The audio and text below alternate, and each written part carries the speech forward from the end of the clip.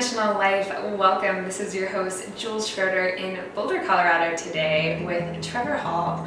Trevor is a musician, artist who got started quite young on his journey. Just last year, he released one of the most funded music projects in all of Kickstarter, launching his new album series, which is actually 4-part, called Fruitful Darkness. And you've toured all over the world. You were from South Carolina, you're living in Hawaii, now you're in Boulder, and such a journey, to say the least. But welcome to our show, and fill in any gaps that I might have left out. And, no, you did good. That was good. That was good. Yeah, I was following it. Yeah. Yeah, give us a glimpse into your personal life. Yeah, I'm a musician and started super young. My dad is a musician, so music was always kind of the main theme of life, really, kind of inseparable from life. And then I signed a deal straight out of high school, so it was quite quick. I didn't go to college or anything, and kind of had to learn the game pretty fast, and have been doing it the last 15 years. Yeah. So this is our first, this release, The Fruitful Darkness, is our first independent release, so it's kind of it's been a cool journey to be on a label for, so many years, and now have an independent project now. It's been pretty cool. Yeah. Yeah. We were just talking, I was at one of your last shows that you did in Colorado, and it feels like you've definitely been innovating a lot in your music path, like coming from maybe more of the conventional model of record label, playing by someone else's rules, to being like, you know what, like I have a vision and we're doing a Kickstarter and we're doing it our way, and to see your fans kind of rally. How has that been for you, and especially the switch to the... Yeah, I mean, that's been the coolest part. I think as artists, I feel like we have to adapt to the times, and with technology, I mean, the music, like business, I guess, has changed so much, and it's changing so fast, where, like I remember when I got my new Mac, that didn't have a disk drive on it, like stuff like that, like, I can't remember the last time I bought a CD, so, music has really kind of moved to streaming, and kind of moved to like, people are releasing singles a lot more, and so for this record, it was really important for me, because I feel like I wanted to break it up, because I feel like as people, we've kind of lost like our attention span a little bit, like even if we like an album, like say we have this album of our artist and we love it, it's kind of hard to make it the whole way through. Yeah. So I didn't want any songs to get lost, I didn't want any stories to not get told, and I wanted to kind of move into this model of like taking it, a little bit at a time. And because it's an independent project, I was able to have the freedom to make that decision. And it's been cool in that regard, and it's also been really special in the regard of building it with the fans, because it was funded by our community. So it's kind of been, whereas before, as artists, we like write these songs and we record them and then we give them to the fans. This project is, from the ground up, like with the whole way. So it's been really rewarding and cool to. Yeah. It reminds me of like a co-created model. Yeah, very much so, yeah. Like rather than like go into your own cocoon world, spend like a year of your life like making it perfect and then delivering perfection. Yeah. It's kind of like letting people into your story. That's the part that's been really rewarding, and really, we're learning as we go too, so it's kind of cool to like be learning with our community. Yeah, awesome. Yeah. So you didn't go to college.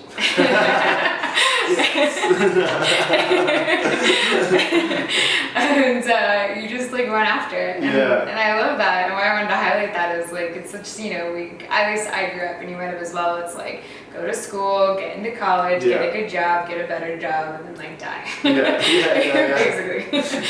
And so how was it? Like, if we were a fly on the wall of you growing up like in South Carolina, like you in grade school or high school, like what would we have seen like Trevor back then fly on the wall in your earlier years?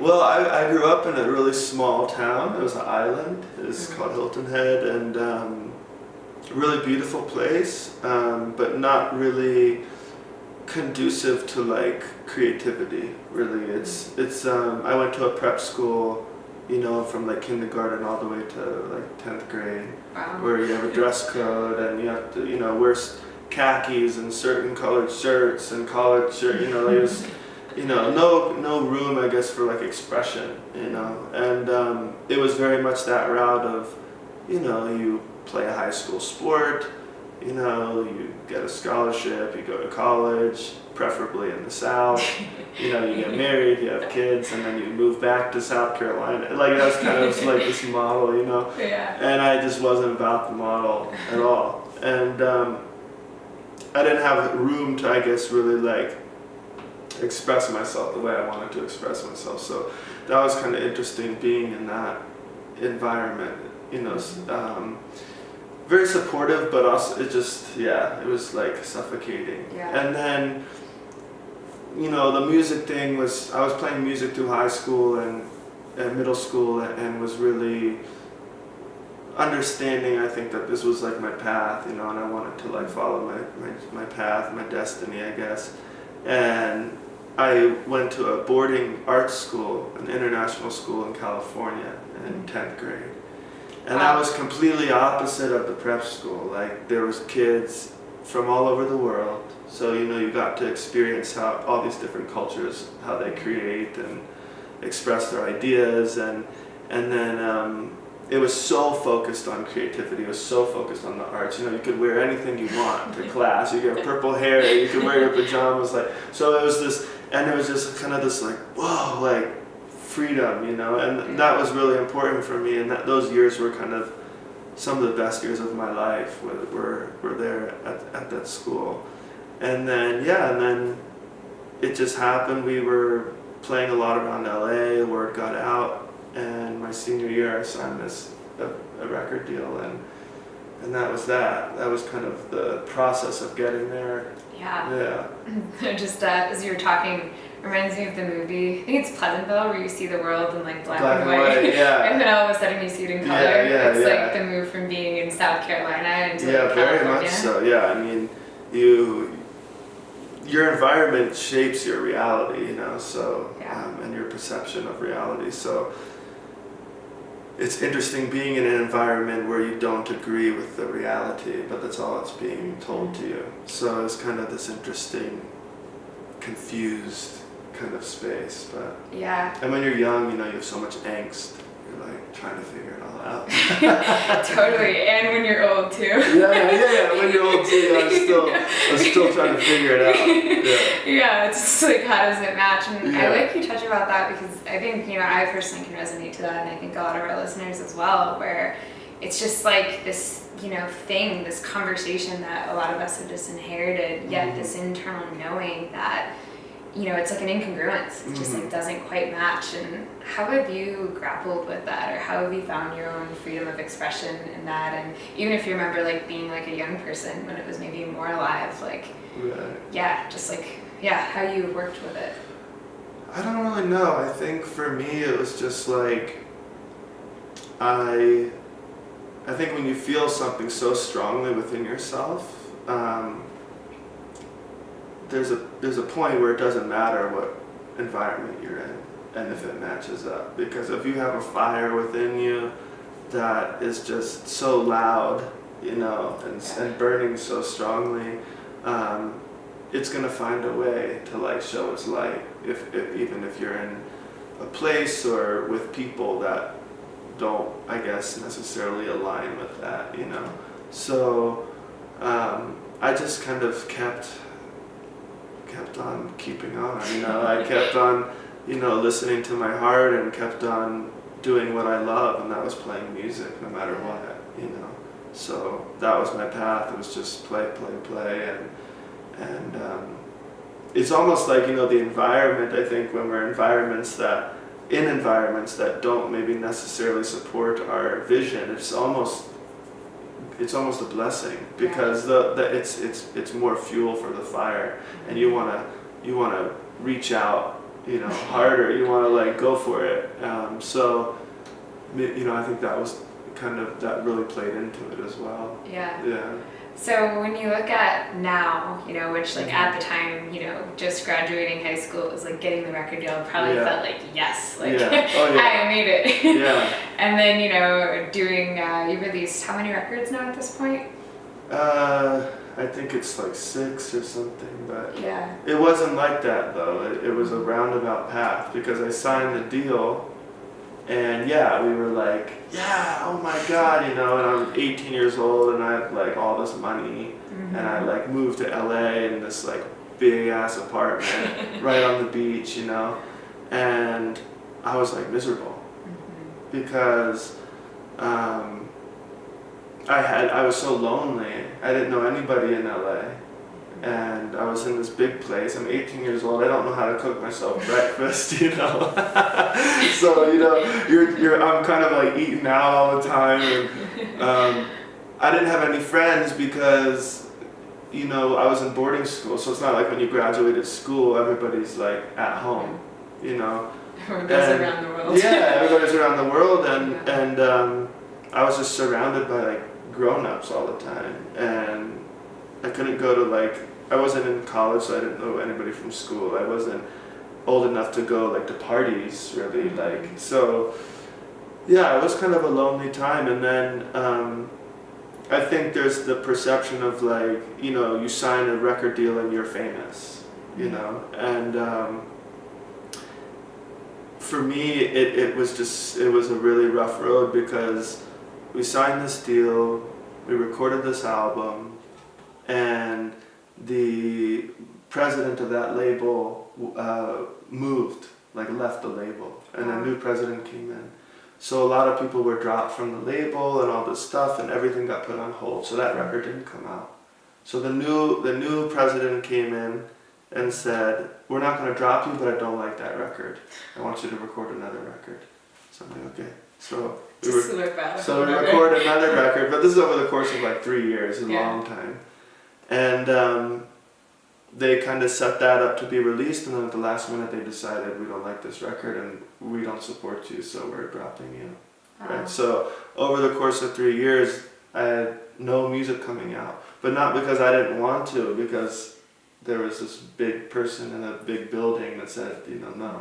And those records are shelved, so I can't, they own those records. Yeah. So it was definitely not the way I saw it going, and 3 years later, I'm dropped and, don't have any money, and I'm like, what do I do? But I just kept on going. So it was a really roundabout journey. Totally. I think a lot of people, including myself, can relate to the guy upstairs that kind of dictates your own expression in a lot of ways, and it reminds me of a wake-up moment. For me, it was a near-death experience a few years ago. I had this wakeboarding accident and full-blown white figure visiting me, six shadow council conversation of Whoa. You have more work to do in the world. Do you want to do it? Right. And the other I was paralyzed. I thought my neck was broken and zapped back into my body. Felt this energy forge my neck back together. Wow. And the moment I woke up, everything altered. Yeah. And it was definitely a wake-up moment. I don't think you have to literally die and come back Right. to have a wake-up moment in that way.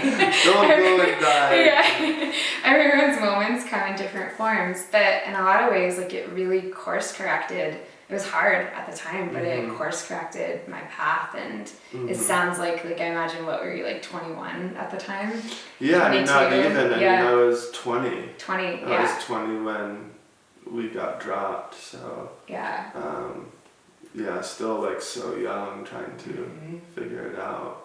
Yeah, which I think would have been easy by conventional standards to be well, you failed, so pack it up and go get a real career and make some real money. There was definitely that, I guess, crossroad type thing, but for me it was when we got dropped, I was oh my God, I'm finally free. And I felt this freedom rather, and I was now let's do it, let's do what we want, so. But it was that lesson of, I think, being so young, thrown into this business world, that is so fierce and and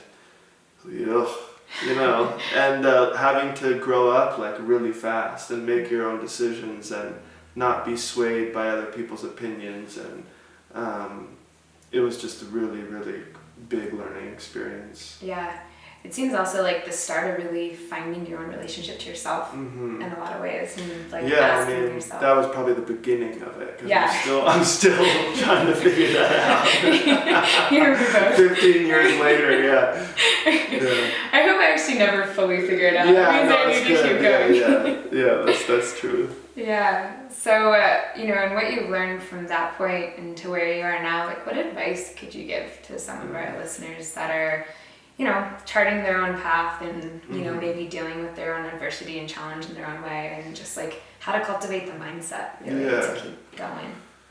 Well, I think that like I was saying, from my own personal experience, that time was so difficult. That time was so, just so many punches and roadblocks and then getting dropped and everything. But that whole time was such a blessing, and all that time. I mean, it's so cliche to say that it's all a blessing, but it really is. Like every situation that comes into our lives, I feel like, bad or good, it's necessary for our own awakening. And I think when we look ahead, like in our lives, we see many different paths. We see, I can go this way and I can go that way and I can go, but when we look back, we only see one path. And really, there's only one path.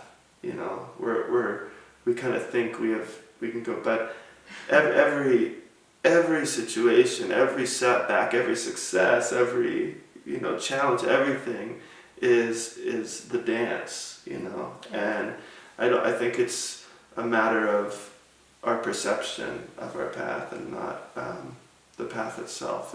Because whatever situation you're in, it really relies on your perception. So I think there's that. I think there's like kind of understanding that everything is necessary on your path, and also for me, it's really about again, with the cliche remarks about listening to your heart and really learning to feel your own intuition and feel your own energy and fire despite everything else, because that's the most important thing, and you should never let anybody take that away from you. Yeah. Because once it's taken away, it's very hard to get back. So, that's just look up all the cliche remarks on Google. That'll be my advice. Trevor Hall, you're first. Listen to your heart.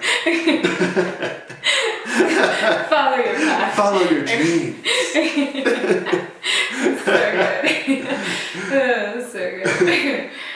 So with your music, I know you also, care a lot about impact, especially environmental stuff. You've done a lot of different collaborations, and when you're writing, like, where do you access your own inspiration, and how do you find that intuition in of yourself? Because I imagine it fuels a lot of what you're creating, and what's that connection like for you, and how do you keep the flame stoked?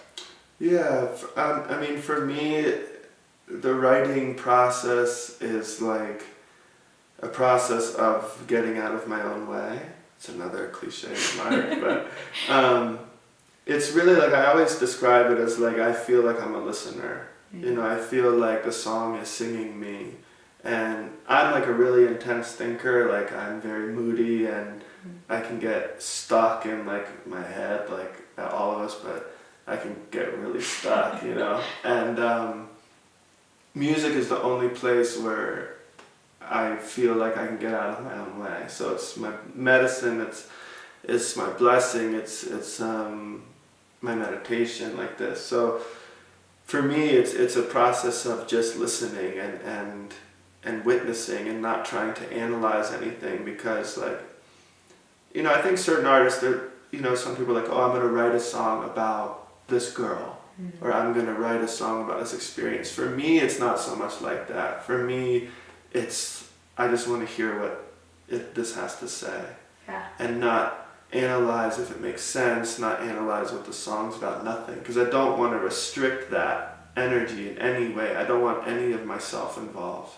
I just want to hear it, because I found that, these songs will come out and I have no idea what this song is about, But maybe a week later, 2 weeks later, a month later, a year later, I'm like, oh my gosh, I get it. Or that was teaching me about a certain time, you know. Yeah. And there's still songs that I still don't know what they're about, but even that is medicine for me, to surrender to the not knowing of what it's about. So that space, to answer your question too, is like that space, it's not like a space that I can choose to go into.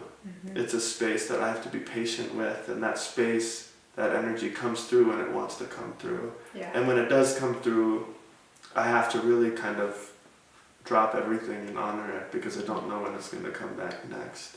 So it's a thing that I'm not really in control of. It's a thing I feel like involved in a lot, you know. So it's, but that's why it's so healing for me. That's why it's so medicinal for me, and so beautiful and, you know, inspiring. Yeah. You know, it reminds me, I call it being a channel. It's like, I think, you know, we're all channels in our own way, in our own expression, where, you know, for me, when I'm, you know, with my music, or even when I'm speaking, it's like literally like Jules pauses, steps out of the way, and gets used. And the willingness, I think over time, you know, to recognize, okay, like you said, here it is, like it's time to like open it up and allow, has been an edge that I've been working, you know, in my own life. And for you, like, what practices do you do? Like, for me, I know what's important is, like, I love being a hermit. Like, we're literally in my mountain house. Like, I love to just shut off and kind of shut down. But are there some, like, daily rituals that you do, or pretty regular ones that you feel like keeps you kind of in that feedback loop with yourself? Yeah, I mean, for me, I definitely have, like, my own spiritual practice, and you know, every morning I sit, you know, and try to listen then, you know, and kind of, I guess, tune myself, you know, to the space, you know. But for me, it's just, it's kind of, I need to kind of be alone, you know, quite a bit, and talk about being a hermit, but just kind of like, I guess, cleansing myself from like all the other psychic, you know, energies going around. I think when you're sensitive, like any artist really, I think there's a part of us that needs to kind of just disappear in a way. So finding, you know, those things, like if it's just like going for a walk even, you know, if it's just like zoning out, you know, by yourself, whatever it is, just to kind of cleanse my energy, I guess. But yeah, it's just kind of just being simple, and nothing crazy, like no like intense ceremonies, you know, week-long fire ceremonies in my house, you know. Totally. Yeah. And I know you're married as well. And how is it like being in relationship and in partnership while also being on tour a lot, while also, you know, being in your own practices? Like a lot of part of the unconventional life, it's not just success in one area, like career. It's like, how do you bring in all the things, right? So how do you manage all that, and how is she with all the pieces, and how does the flow work? Well, she's an artist too, so it makes it helps, because it I think we both understand, you know, the process of creativity, and kind of what it takes to be in our creative space, you know. But it also helps because we collaborate on a lot of stuff. You know, she's a photographer and filmmaker and stuff like that. So it benefits me, you know, it benefits my project, you know, in that regard, because... Hey, honey, can you... Well, it benefits me because, you know, your loved ones understand you know, and your loved ones understand your, I think, style. And so it's easy for me because I don't have to really quite explain myself so much to her. And that's kind of... With my creativity, it's really refreshing to not have to try to explain your like art to somebody.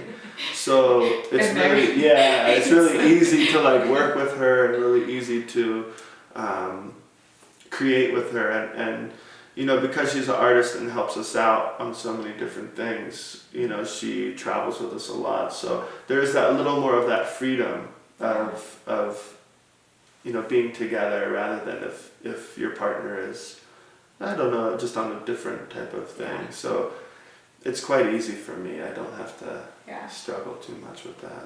Yeah, that's awesome. Yeah. Yeah, powerful partnerships in Yeah, the yeah. unconventional way. Yeah. Yeah, that's awesome. So tell us about Fruitful Darkness, this last little part Mhm. before we wrap up here, and kind of like what feedback you've been realizing for yourself, because it sounds like it was an experiment, like you threw a dart. It was like, okay, doing this independent, we're doing a Kickstarter, Mhm. I want to release music in real time, Right. get feedback, like really have people get every song, Right. every story. Right.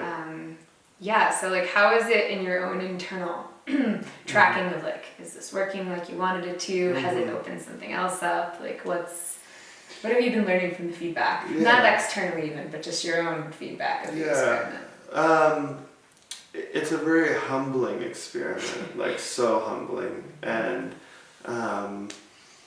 the Fruitful Darkness, it was all inspired by astrology. It was all inspired by Deb, really. Yeah. And,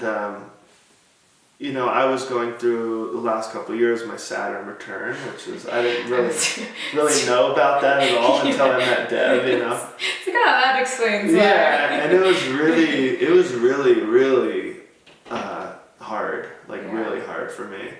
And a lot of things that I think like staked my identity on, I felt no connection to anymore.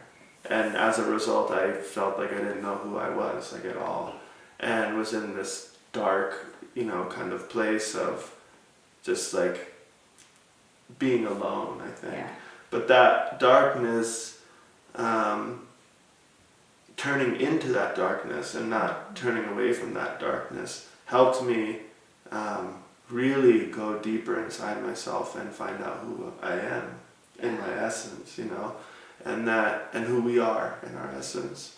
And that's what the whole Fruitful Darkness album is kind of about. All the songs are inspired by that journey of turning inward and realizing that we can't shy away from the things that scare us, and the bigger questions, I guess.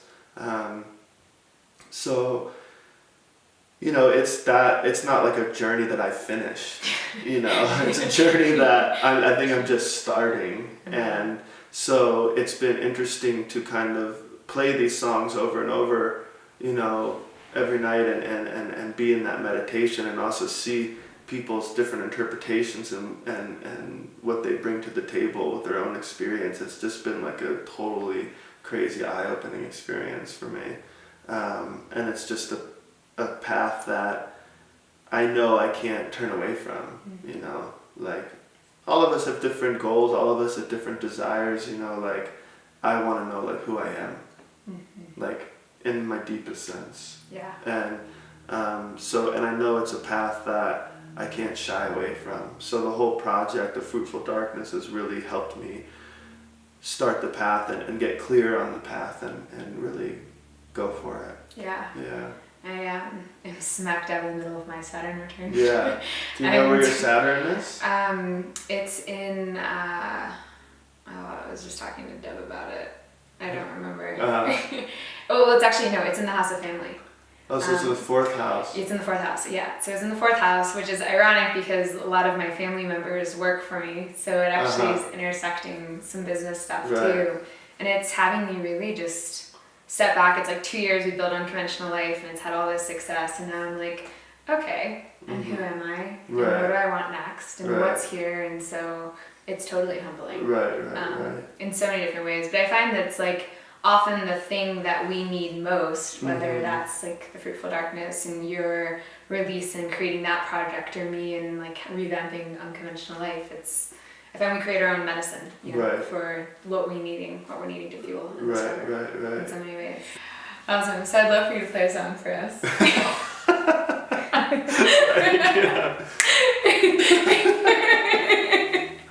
Just cue the guitar, please. This is a very astrology inspired, you'll hear. But for everyone's Saturn return out there. Yeah. It's called Jupiter's Call.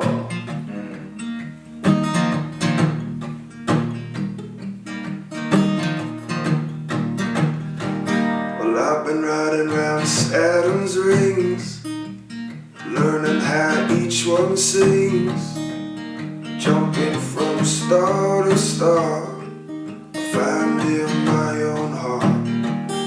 I've been learning to slow down, putting roots in that ground, waiting till that fruit is ripe, growing up in that light. The sun shine through my window, she'll come home tomorrow. It's my choice to be joyful, I'm giving up our sorrow. And this is my story, and this is my vision, where everything right on time. Well, I've been hearing Jupiter's call, got me feeling strong and tall, laughing at the play of life, giving me a brand new sight. The war between right and wrong, I'm putting it all in song, and trust that I do my best, letting my body rest. The sun shine through my window, she'll come home tomorrow. It's my choice to be joyful, I'm giving up all sorrow. And this is my story, and this is my vision, where everything right on time. The sun shine through my window, she'll call me home tomorrow. It's my choice to be joyful, I'm giving up my sorrow. And this is my story, and this is my vision, where everything right on time.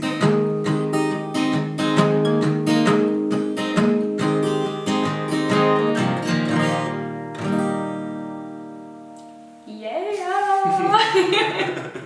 So good. Thank you. What was the name of that one? Jupiter's Call. Jupiter's Call. Yeah. So good. Yeah. Yeah, very much star inspired, as you can tell, but Yeah. yeah. It was reminding me of, actually, as you were playing, I watched a clip of you and Deb's interview, and for those listeners, Deborah Silverman was also on our podcast, and she does a bunch of astrology work, and she was sharing the story about how you guys met, or I guess it was like a few. It's really weird. Totally, and she we were kind of... we were playing, I never let her, I always remind her of how awkward it was. Well, we were playing in Boulder at the Hanuman Festival, and I was doing like a solo thing in the day in the park there. And I got done and I walked off the stage, and there's like all these people, around. And she comes up to me and just right off the bat, she says, "Hi, I'm Deborah Silverman. I'm Sting's astrologer. Do you want to come to my house for dinner?" And I was like, "What? Like, you are so weird. I'm not coming to your house." Like, she was just like, "I'm Sting's astrologer. I'm Sting's astrologer." She kept saying it, and I was like, "Cool. Like, good on you." Because I was just kind of in a zone, and I was like, "This is too weird." And so we didn't meet then, and then some time went by, like I think like 6 months or a year maybe. And my friend Yoshi, who does the Hanuman Festival, he emailed me and he said, I want to gift you a session with this astrologer, but I didn't know that it was her though. Otherwise. No, I didn't know. He just said, he's a friend of mine, and was like, I just want to like gift you with the session, and I'm a really spiritual person, but like I also don't like any like woo stuff, So I kind of had this perception of this being like, oh God, I don't want to, to tell me like in 7 years you'll be, but it was his gift, and I didn't want to offend him. Yeah. So I did it. We were on tour. I was in Orlando. I'll never forget. And I was in my hotel room, and called her. And in the beginning of the call, she's like, I don't know if you remember me, but and I was like, oh my God, this is her, you know? And then, but we had this session and it just blew my mind. It just blew my mind, and I was like, oh my God. And I was just I had already entered the Saturn return, but I was like kind of coming to the middle of it, and I was having a lot of problems with my health and body, and she named all those things without me even telling her, and it was really, I mean, I wrote a whole album after it, so. So wild. Yeah. Yeah. I can resonate with that a lot. I'm also, I think, midway through in health and body. Yeah. Like we found out we had black mold and dealt with that whole thing, and then it's just been like one thing after another thing. Yeah. It's a lot. It's a lot for sure. So, well, I'm glad you gave her another chance. Yeah. Me too. I'm glad I gave her another chance too. Yeah. So as we wrap up here, last question for you is: when you think about the unconventional life and living an unconventional life, what does that mean to you? I think that the unconventional life, I mean, it's kind of like the forbidden, you know, because there's an order, I think, or a pressure of what's right and what's wrong, and a pressure of how we are supposed to live our lives, and that pressure is created by people in power or media or Instagram, Facebook, like, you know. So I think the unconventional life, the life of, I guess, freedom, is kind of looked at as kind of like forbidden, like it's, and I think that those words don't need to be. I don't know if those words really like do. What am I trying to say? I don't really. I feel like those words don't really are honest with the path of that people that are taking the path of the unconventional life. I don't think that those words are quite honest and fair to say that it's forbidden and stuff like this, you know. So that it really represents to me a life of uniqueness and a life of eccentricity, a life of freedom and growth and self sovereignty. Self-sovereignty. Yeah. Those two words together. That was not cliche. Look at your own book. Yeah. Trevor's cliches. Yeah, Trevor's cliches. They're all true. They're all true. Yeah. So good. For those that want to check out Fruitful Darkness, and maybe you're hearing you for the first time, and those that have heard you for a long time, what's the best way to find the album and to stay in touch and follow along? Yeah, the album is on all the Spotify, Apple Music, all that type of stuff, iTunes, but if you want to follow our journey and our music, it's trevorhallmusic.com and Trevor Hall Music on Instagram and Twitter and all that stuff. So keep the link. So good. Unconventional Life fam, thanks guys for tuning in. More awesome content coming at you guys soon. Trevor, thanks for being on the show. Thank you so much. Yeah, thanks for having me.